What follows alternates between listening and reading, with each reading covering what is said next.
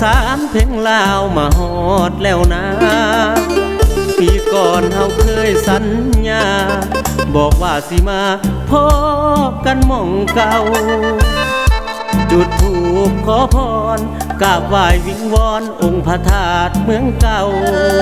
อธิษฐานให้หักสองเฮาสมหวังคือเว้าแน่เด้อพ่อเอ้ยเวลาล่วงเลย3 วันแล้วเอ้ยบ่เห็นน้องมาสอกหาทั่วงานแล้วนะยังบ่พอนาแม่ยอดใบเตยผู้สาวของอายเจ้าไปอยู่ไสคือบ่มาเลยหรือน้องลืมสัญญาที่เคยเอ่ยคำว่าฮักอายสุดหัวใจยันอายนี่เป็นคือตำนานพญาสีโคตรถือคนฮักเหี่ยมโหดพญาสีโคตรเลยสิ้นพระทัย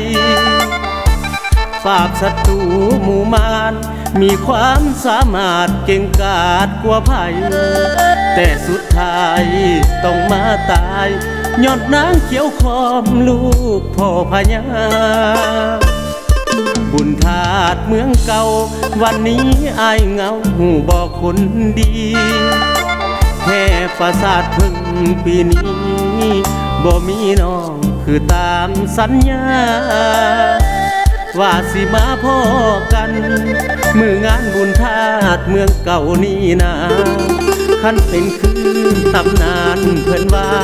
คงสิ้นแล้วนะความหักของอาย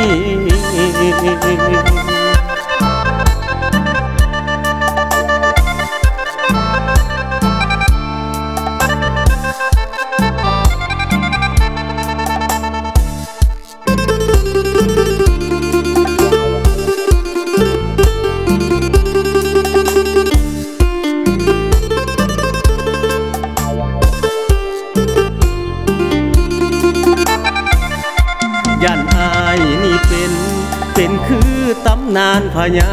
สีโคตรถือคนฮักเหี่ยมโหดพญาสีโคตรเลยสิ้นพระทัยปราบศัตรูหมู่มารมีความสามารถเก่งกาจกว่าไผแต่สุดท้ายต้องมาตาย